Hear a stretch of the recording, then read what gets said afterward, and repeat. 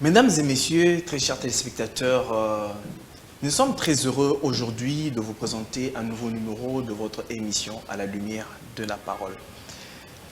J'ai un nouveau invité sur le plateau de Congo Buzz Télévision. C'est le révérend pasteur Ephraim Dieudonné Alanga. C'est avec lui que nous allons parler sur notre thème que nous allons développer aujourd'hui sur les antennes de Congo Buzz Télévision. Alors, pour ce faire, je reçois mon invité et je dis bonjour et bienvenue, cher homme des dieux. Bonjour, bien-aimé. Alors, nous sommes très contents que vous soyez venus nous honorer sur le plateau de Congo Buzz Télévision. Mes très chers téléspectateurs, je signale que l'homme des dieux ici sur nous est un homme des dieux qui œuvre en Belgique depuis 20 ans. Il est responsable du ministère des œuvres authentiques du Saint-Esprit, une église qui se trouve en Belgique. Avec lui, très chers téléspectateurs, nous allons parler sur l'état actuel de l'église. Qu'est-ce qui se passe dans l'église aujourd'hui? On peut constater du désordre dans l'église. Les serviteurs de Dieu qui n'apportent pas la parole de Dieu comme il se doit. Aujourd'hui, on peut remarquer du désordre. Les serviteurs de Dieu, que ce soit les musiciens, qui se comportent de manière désordonnée. On peut constater dans leur façon de vivre et la parole qui n'est pas apportée comme il se doit. Alors l'homme de Dieu, ici sur notre plateau, va essayer de nous éclairer à la lumière de la parole. Alors, cher homme de Dieu, comment se porte votre église? Bon, merci pour l'invitation. Merci pour les efforts que vous faites pour amener la lumière dans les cœurs des gens. D'accord. Ce qui n'est pas un travail facile. Et j'ai pris que le Seigneur vous bénisse. Amen. Ouais. Donc, je salue également tous les membres, tous les gens qui travaillent dans cette chaîne et les bien-aimés chrétiens aussi, qui fait un travail extraordinaire. Alors, je voulais dire que nos églises, dont nos assemblées locales, que ce soit en Belgique, que ce soit en France, se portent très bien par la grâce de Dieu. Okay. Donc Dieu vraiment fait grâce, rien n'a signalé. Rien à signaler. Tout se passe très bien par la grâce du Seigneur. Amen. Ok, cher homme de Dieu, c'est comme on vient de le dire en prélude ici, que vous êtes un homme de Dieu qui œuvre en Belgique et en France depuis 20 ans. Alors, qu'est-ce qui vous a amené en France ou en Belgique, alors que peut-être votre appel est venu d'ici, mais vous êtes allé vivre de l'autre côté là pour créer une église là-bas? C'était quoi? Quelles ont été vos motivations en fait? Bon, c'est une longue histoire, c'est un grand témoignage parce que moi j'étais en Angola lorsque j'ai reçu l'appel. Okay. J'ai commencé à servir Dieu en Angola depuis les années 97, juste après l'entrée de l'AFDEL ici, je suis parti là-bas. Mais après, j'ai reçu l'appel de Dieu pour servir le Seigneur à l'extérieur. Bon, à l'extérieur, je ne savais pas si c'était dans quel pays. Mais parce que je n'avais personne en Europe, j'ai essayé de faire mes affaires, j'ai prospéré également. Mais le 23 décembre 2000, j'ai fait un grand accident mortel qui m'a causé la fracture de ma jambe droite. Et vous avez connu l'accident ici à Kinshasa? En Angola. En Angola, ok. Alors, et puis il y avait les dos aussi qui étaient, les os du dos qui étaient fracturés. Oh là là. Alors j'ai subi des opérations en Angola. Oh là là. La première opération, ça n'a pas marché. La jambe pourrissait et on voulait m'amputer. Wow. C'est comme ça que par la grâce de Dieu, on a voyagé. Je suis arrivé aux Pays-Bas. Okay. Alors c'est en Hollande, là où j'ai passé également beaucoup d'années. Là-bas, mes enfants sont nés là-bas. Okay. Alors en Hollande, lorsque j'arrive, il fallait se soigner. Donc je me suis soigné.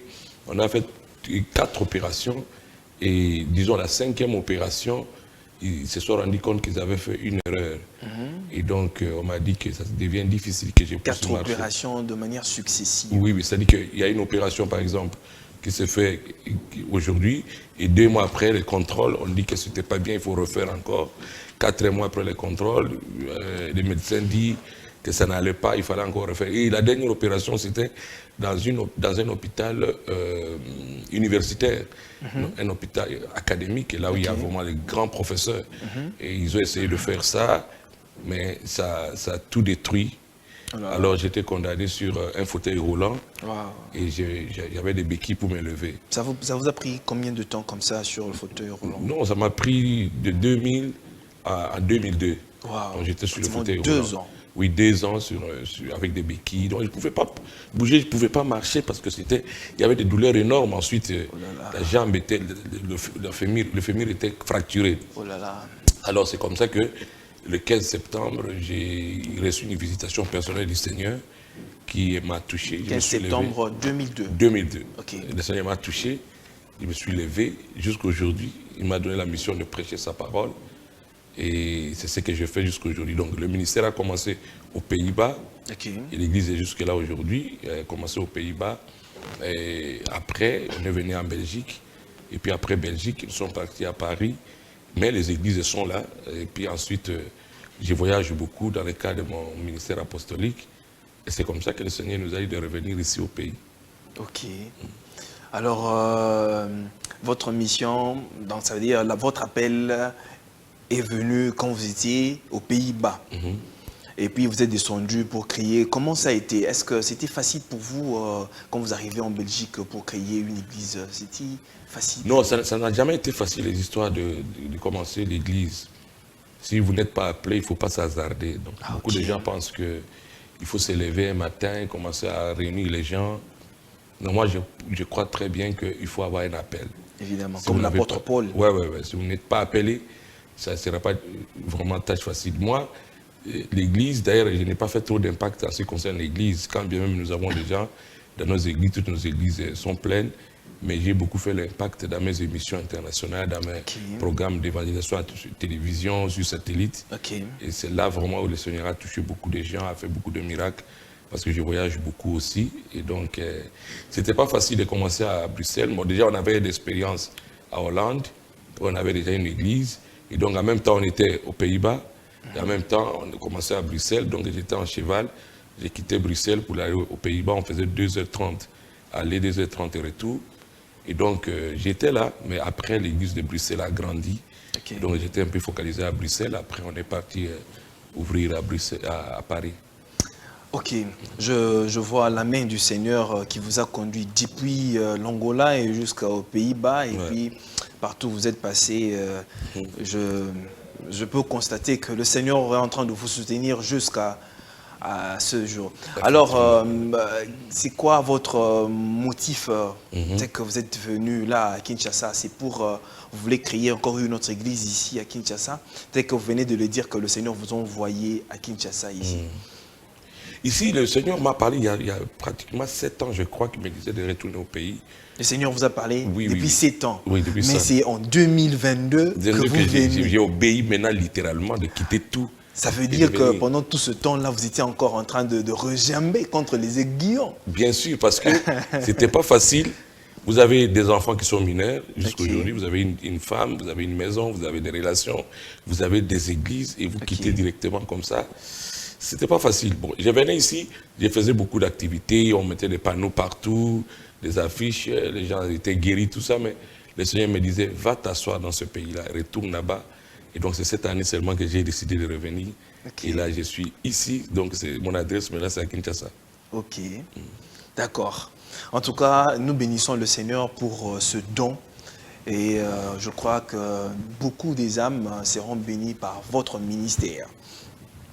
Amen. Alors, pasteur, c'est comme je l'ai dit dans mon prélude, nous allons parler sur l'état de l'Église.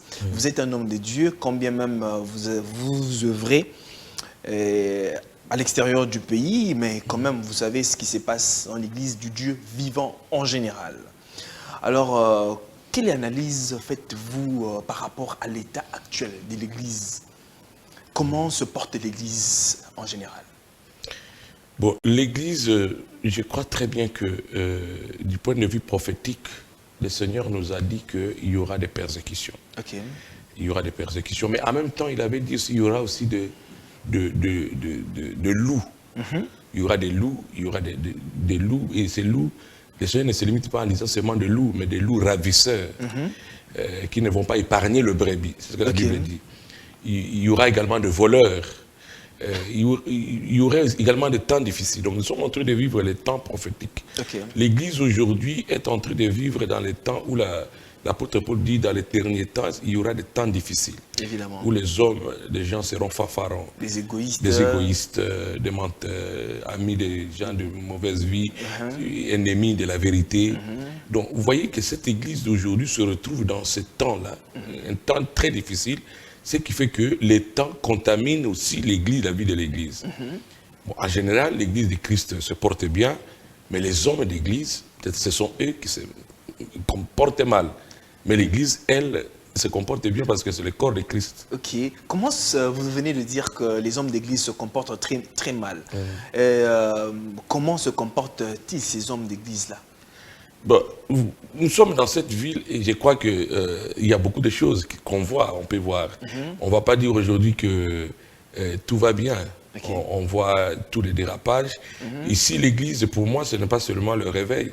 L'Église, c'est l'ensemble de tous ceux qui appellent Jésus, que ce soit les catholiques, que ce soit les protestants. Quand vous regardez, par exemple, l'Église catholique, ça passe des moments très difficiles avec ce qui se passe avec les viols des petits-enfants. Tout ça, beaucoup de plaintes. Le pape, ce pape, que Dieu le bénisse, qui est venu mettre un peu de l'ordre à Vatican, et ils ont essayé quand même de régler tout ce problème-là. Ça ne fait pas du bien lorsqu'on voit que des évêques, on les amène en prison. Et quand vous voyez également aux États-Unis, et dans beaucoup de pays, même aux Pays-Bas, les pays où j'ai vécu très longtemps, vous voyez que les prêtres sont devenus célèbres de mariages homosexuels, par exemple. Et c'est dans l'Église que cela se passe. Des choses qui étaient inimaginables au temps du Seigneur, ça se passe légalement dans l'Église. Ça se passe légalement dans les églises. Et vous allez voir que il y a des complots, ce sont les gens des églises aujourd'hui qui s'empoisonnent les uns les autres. Donc, Satan a réussi à infiltrer certaines églises. Ça a toujours été sa vision d'infiltrer l'église, d'y habiter et d'y imposer son autorité. Malheureusement, pour lui, la puissance du Saint-Esprit continue à agir et il n'a pas de pouvoir, plein pouvoir de détruire l'église de Christ. Amen. Pasteur, peut-être un téléspectateur, mais les téléspectateurs qui sont en train de nous suivre présentement là, venez de parler de l'église corps du Christ. En fait, pourriez-vous nous dire en réalité c'est quoi une église? Est-ce le fait d'avoir ce bâtiment-là qui fait une église ou comment? L'église, c'est l'ensemble des gens qui sont sauvés pendant le temps de la grâce. Les gens qui ont reçu le Seigneur Jésus-Christ comme Seigneur et Sauveur. C'est l'église universelle, le corps de Christ. Tous ceux-là qui sont en Inde, en Chine, ou je ne sais pas, dans mon village au Kasaï, tous ceux-là qui ont cru en Jésus-Christ comme Seigneur et Sauveur, qui ont participé à ce que nous appelons le don de la grâce, c'est ceux-là qui composent le corps mystique de Christ, qu'est l'église universelle. Par contre, ce que nous appelons église bâtiment, c'est l'ensemble de tous ces gens-là qui se disent, bon écoutez, nous partageons la même foi, nous avons une même vision, mais pourquoi ne pas se rassembler quelque part pour partager notre foi et pour faire ce que la Bible demande, la communion fraternelle, la fraction de pain, c'est-à-dire manger ensemble, communier ensemble et résoudre certains problèmes ensemble et surtout adorer ensemble. Et donc, parce que les gens veulent adorer ensemble, communier ensemble, et aussi partager le pain ensemble, c'est comme ça qu'ils se rassemblent quelque part dans le but de servir le Seigneur. Et c'est ce que nous appelons communément église locale. Mais l'église, en tant que telle, c'est vous et moi. Ce sont ces visages inconnus que nous voyons dans des bus partout, mais nous partageons tous ensemble la grâce de Dieu. D'accord. Alors, pasteur, quel est le message que vous apportez aux enfants de Dieu, le message clé dans l'église aujourd'hui, qui peut préparer bien un message qui doit vraiment changer les vies des enfants de Dieu, qui est la base en fait de vos messages? Dans ce pays, moi j'ai dit au Seigneur, pourquoi tu me fais rentrer dans le pays où il y a des milliers de prédicateurs, Ok. il y a des grands prédicateurs, il y a des grands ministères, il y a de grands hommes de Dieu. Qu'est-ce que moi je vais aller faire dans ce pays? Et un jour, le Seigneur m'a donné une vision. Et dans cette vision-là, je vois beaucoup de gens, mais qui étaient comme morts. Et il me dit, je t'envoie pour ressusciter ce mort. Ok. Et ne regarde pas le nombre de gens qui sont dans les églises. Va dans ton pays parce que le cœur de ce peuple est éloigné de moi. Prêche la conversion et que les gens reviennent vers moi. La gloire du Congo et du Congolais n'est pas loin, mais c'est son cœur. Et si les Congolais peuvent se convertir par rapport à son cœur, ils se sont éloignés de Dieu. de Dieu, oui. Ok. Et il a méchanceté aussi. Le Congolais, son cœur est méchant. Ok. À l'égard de son frère, son compatriote, mais aussi par rapport à sa relation avec Dieu. Il y a trop d'hypocrisie. Va, prêche la conversion de cœur. Et moi, je tendrai ma main pour opérer des miracles et je ferai descendre ma gloire dans le pays. C'est le message que moi j'ai. Le message que j'ai, c'est la conversion de cœur. C'est vraiment que les gens arrivent à comprendre que on sert Dieu dans l'hypocrisie, qu'il faut qu'on change. Il faut changer. Et c'est ça le message que moi j'ai amené. C'est le message que je prêche et je crois que le Seigneur est en train de faire beaucoup de choses. Amen. Vous croyez, vous avez assez de foi parce que vous êtes mandaté par Dieu par rapport à ce travail. Pasteur, quelle différence faites-vous entre l'église d'aujourd'hui et l'église d'antan? Parce que on peut regarder, on peut observer à l'époque de Hadi Nabala, comment est-ce que l'église était, comment les hommes de Dieu conduisaient l'église, et l'église d'aujourd'hui, comment est-ce que les pasteurs sont en train de mener l'église. Quelle différence faites-vous? Est-ce qu'il y a eu une différence? Il y a une nette différence. Une nette différence. D'abord dans le message. Okay. Dans le message, parce qu'au temps d'Hadi Nabala, c'est un peu comme au temps de la période post-ascension, donc après l'ascension de Jésus. Évidemment. Les gens s'attendaient à ce qu'il y ait peut-être le retour de Christ. Les gens s'attendaient à un retour imminent de Christ. Et donc, les gens se donnaient entièrement au point où les gens vendaient leur maison. Évidemment. Les gens vendaient leur propriété pour amener les prix au pied des apôtres afin que l'œuvre de Dieu puisse avancer. Les gens se désintéressaient des choses matérielles. Quand les Hadi Nabala sont venus, paix sur son âme, il a amené un vent de réveil. Il a manifesté la puissance de Dieu comme pour dire aux gens, vous étiez en train d'adorer ce que vous ne connaissez pas, maintenant adorez ce que vous connaissez, c'est-à-dire Jésus-Christ, vous allez vivre ses œuvres. Et les messages qui étaient à ce temps-là, c'était les messages de conversion. C'était le message de répatance. Et là où il y a la répatance, il y a ce qu'on appelle le désintéressement. On se désintéresse aux choses mondaines, aux choses charnelles, et on s'intéresse aux choses des cieux. Alors les gens, à ce temps-là, ce n'est pas le matériel qui comptait. Ce n'est même pas le succès qui comptait. C'était juste le royaume des cieux. C'était le royaume des cieux. Vous voyez la différence? Donc tout le monde, quand il venait à l'église, il venait pour chercher la face de Dieu, non pas par rapport à ses besoins, mais par rapport à son avenir, à son futur. Le fait d'aller au ciel, ça c'est la différence. Mais aujourd'hui, qu'est-ce qui s'est passé? Les messages sont venus, des messages par exemple sur la prospérité. Les gens comprennent, ah bon, moi je peux encore rester sur la terre et être prospère. Les messages sont venus comme messages sur les combats spirituels. Les gens se sont dit, ah bon, donc moi je peux devenir aussi grand. Alors, en combattant les esprits. En combattant les esprits, les démons de ma famille. Alors, ces messages, lorsqu'ils sont venus, ils sont venus avec une ampleur telle que les mots répatance a commencé à disparaître. Sanctification a commencé à disparaître. Parce que les gens se sont intéressés maintenant à eux, à la vie sur la terre, et non pas à eux par rapport à la vie de Christ. Et c'est comme ça que ce mouvement étant trop grandissant dans l'Église, l'objectif principal que le père de l'Église nous a amené, à un moment donné, était oublié. Moi, je suis dans les églises. Des fois, quand je donne le sujet de prier, quand on dit aux gens, par exemple, de prier contre les esprits, les gens sont motivés.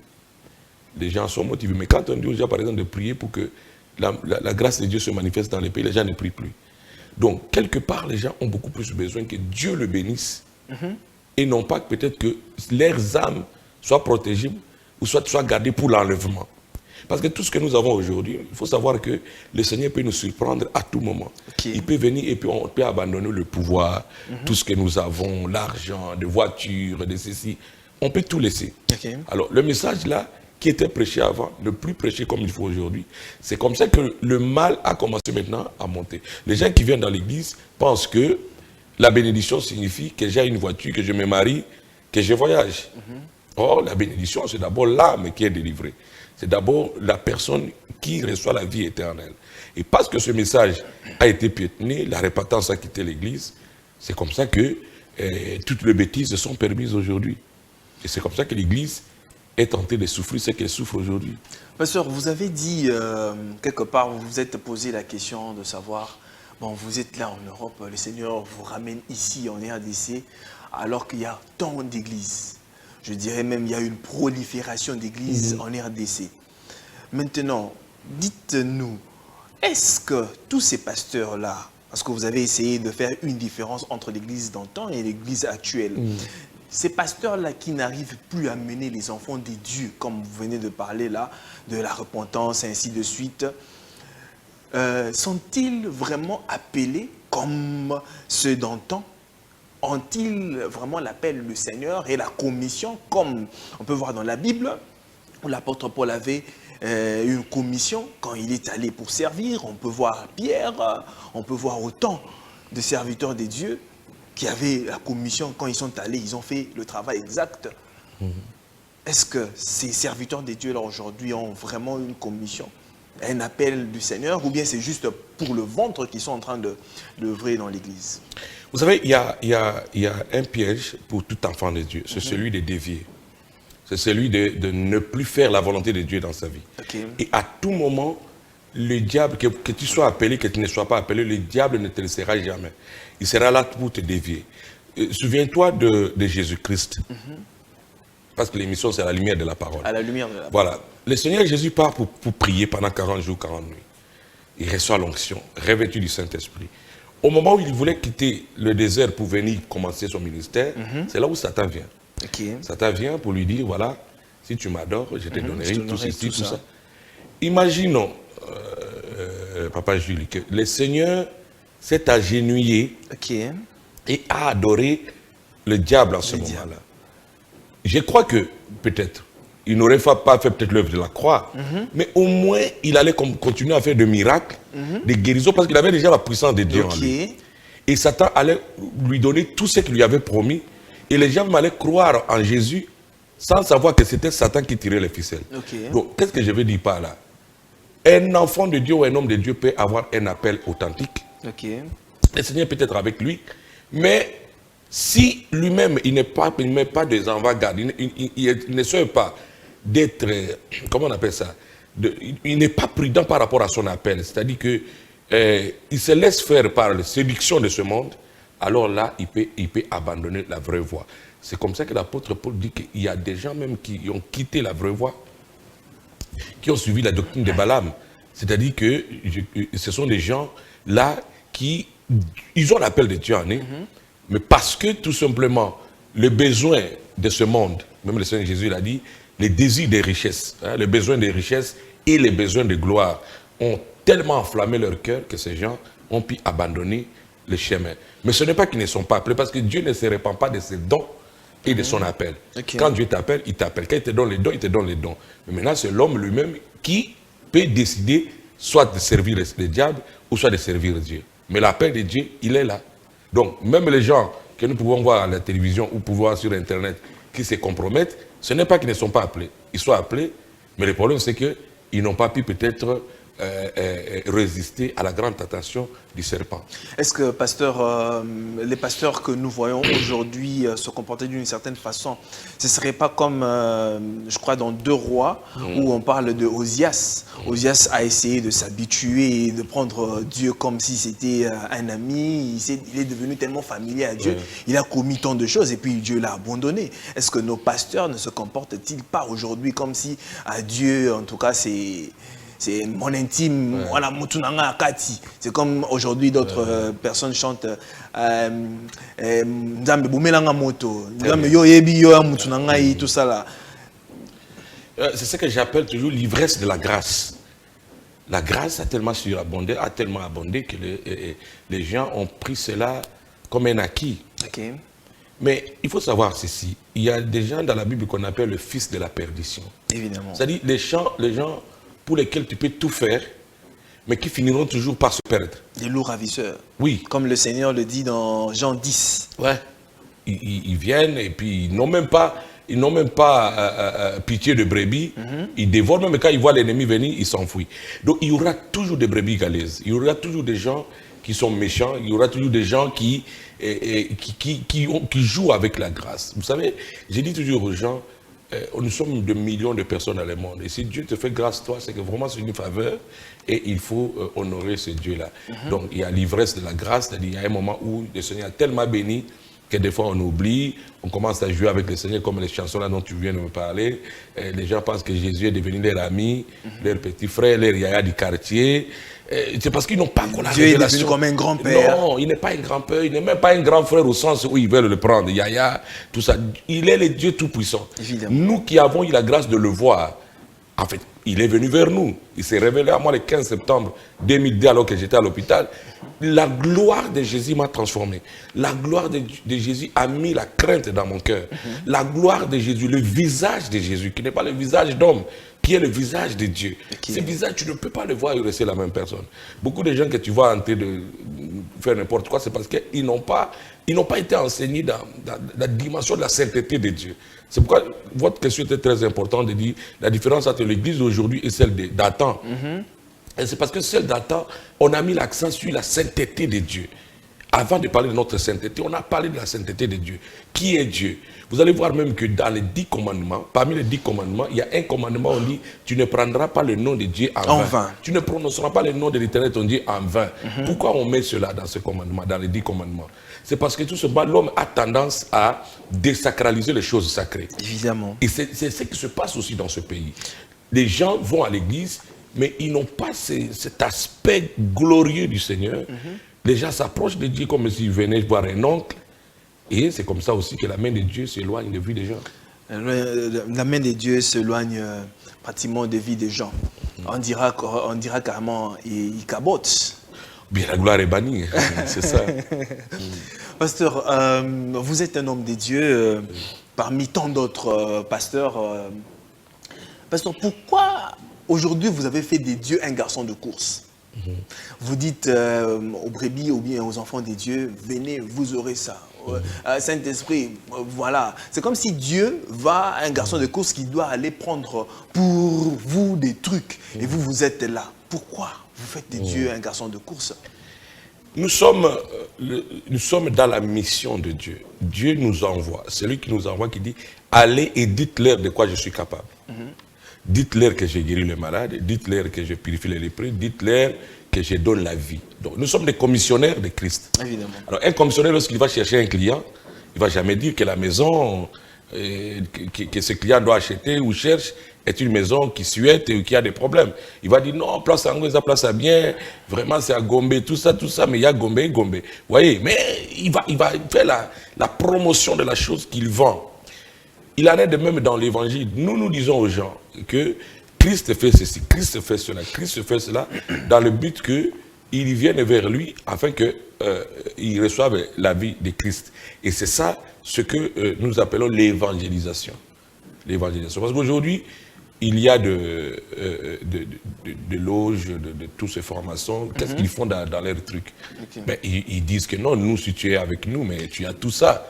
Tu as ça, tu as ça, tu as ça. C'est comme ça qu'ils séduisent beaucoup de gens. Et les gens voient, mais si tu es avec nous, tu vas avoir ça, tu vas avoir ça, tu vas avoir ça.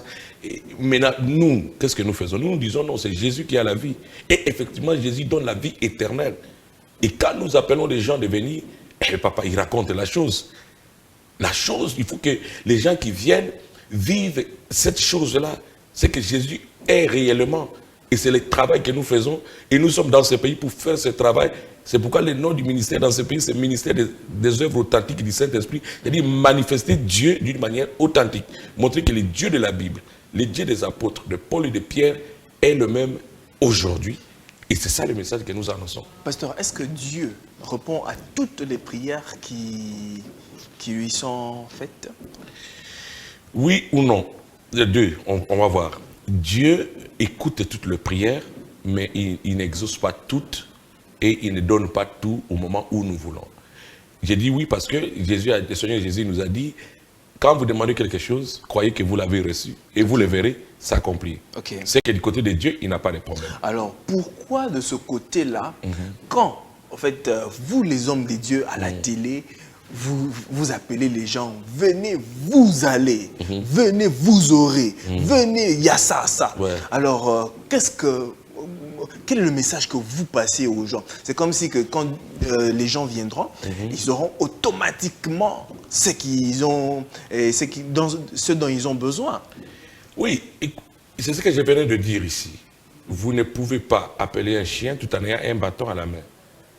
Nous leur disons que Jésus est la vie. Vous les appelez parce que d'abord, vous devez avoir la foi.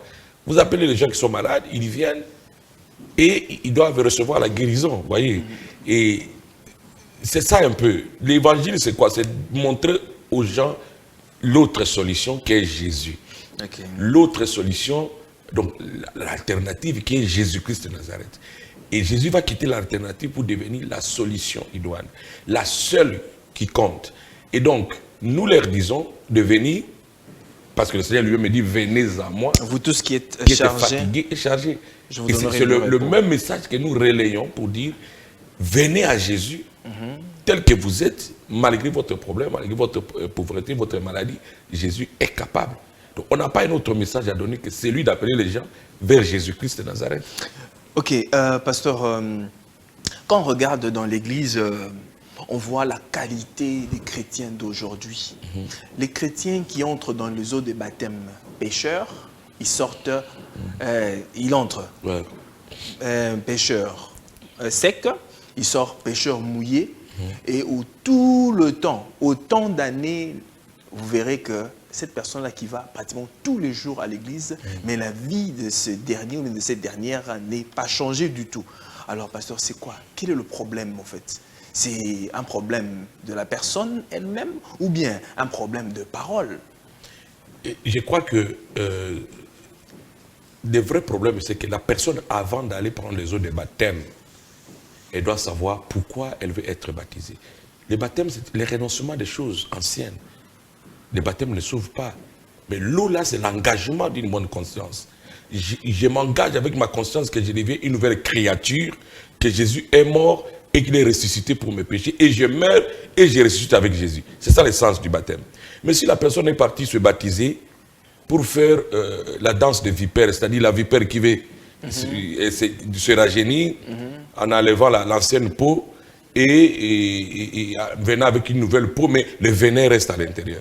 C'est ça, c'est la raison pour laquelle nous sommes en train de prêcher la conversion de cœur aujourd'hui, parce que beaucoup sont venus dans les choses de Dieu, y compris des pasteurs qui sont aujourd'hui des pasteurs, mais ils n'ont jamais, leur cœur n'a jamais cessé d'être méchant. Mais pasteur, vous savez que vous aussi, vous avez une lourde responsabilité. Bien et vous sûr. avez une part de responsabilité dans la vie de ces fidèles.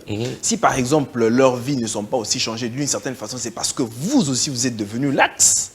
Vous n'apportez pas, vous n'avez plus cette parole-là de l'épée qui doit condamner les cœurs des enfants de Dieu pour les ramener à la repentance.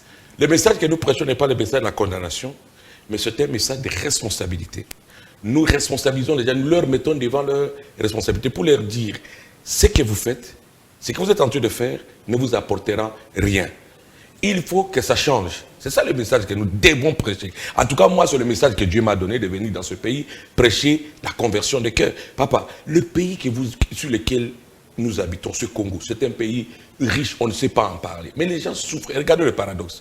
Les riches, des riches que nous sommes potentiellement, et aux pauvres que nous sommes, nous sommes des pauvres. Pourquoi? Parce que même les dirigeants qui nous dirigent, depuis des années, et ceux qui sont peut-être aujourd'hui, je ne sais pas, mais la plupart n'ont pas le cœur pour la nation. Et quand vous regardez ces gens-là, vous allez voir que ce sont des chrétiens. Ils sont soit des catholiques, ou soit des kimbagistes, soit des gens de réveil. Ce ne sont pas des païens qui nous dirigent. Même l'ancien président Mobutu disait toujours Nazali catholico, Nagokufa catholico. Les gens, ce sont des catholiques, ce sont des protestants, ce sont des évangéliques qui dirigent ce pays. Les musulmans, rarement ils ont dirigé ce pays. Vous voyez? Mais où en sommes-nous? C'est parce que le message de la méchanceté du cœur n'a pas été prêché. Le message de la conversion du cœur. Le message où on dit aux gens, arrêtez la méchanceté. Venez vers le Seigneur, repentez-vous, convertissez-vous. Ce message n'a pas pris ses racines. Aux États-Unis, pourquoi aujourd'hui, vous voyez, les Américains sont en train de devenir toujours la première puissance mondiale? Parce que le message des 10 commandements a commencé à être prêché et obligatoirement, que ce soit dans les églises, que ce soit dans les écoles. Et aux États-Unis, le valeur des Américains, c'est quoi? C'est l'intégrité. Okay. Ils ont prêché l'intégrité dans les églises. Ils ont prêché l'intégrité, ils ont prêché la vérité, ils ont prêché la responsabilité. C'est comme ça que tu vois que les Américains, dans leur gestion, ils sont contre la corruption, ils sont contre toutes ces choses-là. Mais nous, aujourd'hui, qu'est-ce qu'on prêche? Vous voyez, c'est pourquoi, aujourd'hui, il faut que les gens reviennent au Seigneur. Le message que je prêche, qui est le message du temps aujourd'hui, c'est la conversion des cœurs. Mais pasteur, on dirait, vous aussi, les pasteurs, vous êtes devenus trop matérialistes. Vous regardez d'abord vos propres intérêts par rapport aux intérêts des fidèles. Vous entrez là, votre première pensée, c'est de vouloir vous posséder, avoir une voiture, avoir une maison, mais les vies des chrétiens, leur vie chrétienne, vous en foutez. Vous ne dites, vous vous occupez pas vraiment de manière quotidienne. Ça dépend parce que moi, je suis ce que je suis parce que j'ai entendu une prédication un jour. On m'a prêché la repentance, j'ai cru et Dieu m'a changé. Ça dépend de quel pasteur. Mais en tout cas, moi, je suis ici, je ne peux pas dire que je suis riche ou je suis pauvre, mais le peu que j'ai me permet de prêcher la vérité aux gens. On n'est pas venu pour chercher de l'argent. En tout cas, pour chercher de l'argent, je serai en Côte d'Ivoire, je serai au Gabon, je serai dans un autre pays, pas au Congo. Les gens sont pauvres ici. La preuve en est que nous avons commencé l'église Victoire à Ndjili. Là, les gens n'ont pas l'argent. Nous sommes dans les Mikonga. Vous voyez, et nous sommes dans les endroits où vous ne pouvez pas imaginer. Ce n'est pas seulement l'argent, même si aujourd'hui nous sommes à Kitambo, mais notre objectif principal, c'est le salut. C'est le cœur des gens, que les gens changent et que la gloire de Dieu se manifeste dans leur vie et dans la vie de la nation. Dans la vie des nations. Alors, pasteur, nous chutons carrément notre émission. Pasteur, pourriez-vous nous dire, par rapport à ce phénomène des vies des pasteurs, tout ça là, aujourd'hui dans l'église, on peut trouver des pasteurs faire des sextapes, se comporter d'une certaine façon, et des pasteurs qui divorcent et se remarient, mais sont toujours sur la chair. Vous, en tant qu'homme de Dieu, quelle est votre réaction? Quelqu'un, un homme de Dieu qui venait, je ne sais pas moi, de faire une vidéo sextape, mais il est là, sur la chair, en train de prêcher, et puis les gens continuent à acclamer une telle personne. Quelle est votre réaction en tant qu'homme de Dieu? J'aimerais dire aux enfants de Dieu que mettez votre confiance en Jésus-Christ. C'est Jésus qui sauve. L'homme va toujours vous décevoir. Papa, ce que je vous dis, retenez cela. L'homme vous décevra toujours. Mais aussi à ce pasteur, la Bible nous dit, ne vous conformez pas au siècle présent. Un homme de Dieu qui craint le Seigneur doit savoir qu'il y a un comportement, il y a une certaine conduite. Vous voyez, l'apôtre Paul dit, je me discipline moi-même. Il dit, je m'impose des règles de discipline, de peur qu'en prêchant aux autres, je ne sois moi-même pas contredit. Donc, il faut qu'il y ait la discipline. Un homme de Dieu doit être un homme discipliné. Un homme de Dieu doit être un homme qui sait qu'il a une grande responsabilité, qui n'est pas seulement la responsabilité de prêcher la parole, mais la responsabilité aussi d'éduquer les gens. Nous avons une responsabilité pédagogique, d'amener les gens qui n'ont peut-être pas été bien éduqués dans leur famille, d'être bien éduqués. Et donc nous portons en nous le fardeau des âmes, et il faut être vraiment des modèles. Pour ceux qui divorcent, en tout cas c'est un cas qui est très délicat, mais aussi récurrent. Nous prions pour eux. Vous voyez, moi, personnellement, quand je regarde, j'ai aidé beaucoup de pasteurs et que j'ai vu que ces pasteurs ont fini par divorcer. Je sais qu'il y a beaucoup de pesanteurs, il y a beaucoup de choses qui se passent dans les couples de pasteurs. Des fois, au moment où je parle, il y a des pasteurs qui peut-être, devant les gens, on le voit avec sa femme. Mais à la maison, ça ne marche pas. Nous sommes à la lumière de la parole. Vous, en tant que pasteur responsable d'une très grande église, un homme de Dieu qui divorce, selon la parole de Dieu, à la lumière de la parole, est-ce que cet homme-là peut encore se remarier? Est-il possible que cette personne-là puisse se remarier encore? La Bible dit, mieux vaut se marier que de brûler. C'est-à-dire que tant qu'il aura la chair et les désirs, il aura toujours tendance à aller avec des femmes. Au lieu de commettre de péchés d'impudicité, mieux vaut se marier. Est-ce que la Bible prévoit, il y a des versets mais comme la ça Bible que ne dit pas que divorcez et remariez-vous. Voyez? Mais le Seigneur nous appelle à la liberté. Moi, j'ai toujours dit aux gens... Mais cette liberté-là n'est pas le libertinage. Non. La liberté n'est pas le libertinage. C'est ce que je voulais dire. J'ai toujours dit aux gens, les divorces ne résout pas de problème. Moi, je ne crois pas à ça. Que pour... il y a des pasteurs qui disent, non, il faut que je divorce parce que moi, depuis Nabalaï, j'ai des blocages, tout ça. Non, tout ça, ça ne résout pas le problème. Les problèmes, c'est demander la grâce de Dieu. Demander toujours la grâce de Dieu, la grâce suffisante de Dieu. Et je sais que le Seigneur va faire grâce. Mais nous comprenons aussi ceux qui divorcent. Parce qu'ils sont passés peut-être des moments très difficiles. Et ils arrivent à la conclusion du divorce. Et nous prions pour eux. Nous prions pour eux, mais le divorce n'est pas bon. D'abord, il y a les enfants qui sont là, l'église et même le pasteur lui-même. Donc, ce n'est pas une bonne chose. En tout cas, moi, je prie le Seigneur que je ne divorce jamais. C'est ça ma prière. Et à ceux qui sont déjà divorcés, je leur dis, cette fois-ci, ne redivorcez pas encore. Continuez maintenant avec la personne que vous avez trouvée qu'elle est bonne, vous êtes marié avec. Et ceux qui ont tendance à se divorcer, je leur dis, ce n'est pas la solution. Pasteur, nous sommes arrivés à terme de notre émission. Alors, une toute dernière question. Pasteur, vous avez votre église. Accepteriez-vous d'appeler le pasteur Mike Kambai de prêcher sur votre chair, de prendre votre chair et prêcher dans votre église? Je ne sais pas pourquoi vous me posez cette question, parce qu'il est pasteur d'église. Pasteur Mike est pasteur d'église. Est-ce que dans son église, il prêche? Oui, je crois qu'il prêche la parole de Dieu. Est-ce qu'il a commis une gaffe? J'ai comme vous, je ne peux pas être hypocrite, vu ce qui s'est passé. Il a reconnu lui-même qu'il a commis un péché. Et lorsque le péché est reconnu, il a droit à la compassion de ce frère. Il a droit à la grâce de Dieu, il a droit au pardon, Et nous aussi, on ne le condamne pas, parce que nous aussi, chacun commet le péché de sa façon. Et la seule chose que je sais est que c'est la responsabilité des anciens de l'Église, des pères de l'Église, de voir que peut-être c'est le moment où il peut continuer à prêcher, soit il peut encore recommencer à prêcher.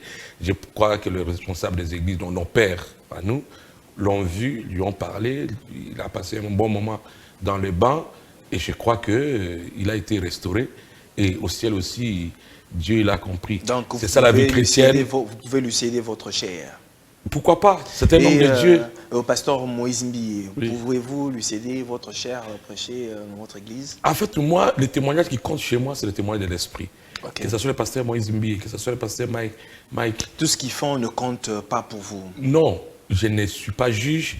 Je ne sais pas. Les guerres dont les hommes de Dieu entre eux ne comptent pas pour vous? Non, je prêche tout simplement la conversion des cœurs. Parce que nous branchons de plusieurs manières. Et le Seigneur a mis en moi la compassion. Mais vous êtes des modèles. Nous sommes des modèles. Vous êtes aussi, parce que si vous vous comportez mal, vous risquerez d'amener une brebis, que vous soyez une pierre d'achoppement pour cette brebis-là et que cette dernière puisse se carter de la voie. Voici la règle d'or. La règle d'or, c'est que si ton frère a péché, va le voir, parle avec lui. Et donc, si je vois que le frère Mike ou le pasteur que vous citez a commis une faute, je dois aller le voir pour lui dire, est-ce que tu ne peux pas faire autrement? S'il me comprend, nous prions ensemble et c'est fini. Maintenant, que je sois quelqu'un peut-être qui dise, comme les gens étaient appelés dans ce pays, les préfets de discipline, pour imposer une certaine loi sur quelqu'un, non, moi je ne peux pas faire ça. Nous laissons cette responsabilité à Jésus-Christ, mais au même moment, nous prions les uns pour les autres, parce que nous savons que le diable est là pour nous faire du mal. Le diable n'est pas notre ami. Et que ce pasteur dont vous venez de citer, ce sont des hommes qui ont travaillé depuis leur enfance pour le Seigneur. Je crois que le Seigneur leur fera encore grâce, et il les fait encore grâce. Ils doivent savoir qu'ils ont une grande responsabilité, beaucoup de brebis derrière eux. Et donc c'est à eux de travailler aussi par rapport à ceux qu'on les accuse. D'accord, merci beaucoup, pasteur. Très chers téléspectateurs, vous avez compris que nous sommes arrivés à terme de notre émission. Je recevais pour vous le pasteur, apôtre David Alanga Ephraim. Avec lui, nous avons parlé sur ce sujet très intéressant qui touche pratiquement l'Église, l'état actuel de l'Église aujourd'hui. Comment est-ce que l'Église est? Alors avec lui, nous avons essayé et puis il nous a parlé de la part du Seigneur. Pasteur, nous vous disons merci d'être venu sur notre plateau. Merci. Que Dieu vous bénisse. Merci beaucoup, que Dieu bénisse nos téléspectateurs. Donc, je crois que la fois prochaine, on leur donnera l'adresse de notre ministère. Si vous avez quelques minutes, oui, vous pouvez donner l'adresse. Alors, je suis ici à Kinshasa depuis 2 mois où nous exerçons le ministère sur le croisement rue Vivi avec Kassavubu, donc à Kitambo. La référence, c'est Money Shop et station Ma Campagne. C'est-à-dire, quand vous venez, vous descendez à la station Ma Campagne, vous faites 100 mètres, la rue Vivi est là, numéro 1. Quand vous venez de Bandal, vous descendez sur Money Shop, la rue Vivi est là. Nous sommes là, nous vous recevons et je crois que le Seigneur va vous faire grâce. C'est votre temps, c'est le temps où Dieu veut manifester ses œuvres authentiques. Vous êtes malade, vous avez des problèmes sérieux, vous avez besoin du conseil, vous avez besoin vraiment de la prière. Nous sommes là et je crois que le Seigneur va manifester sa gloire pour ce pays et pour vous-même au nom de Jésus. Mesdames et messieurs, très chers téléspectateurs, je vous dis au revoir et à la prochaine. Dieu vous bénisse. Shalom. Alors.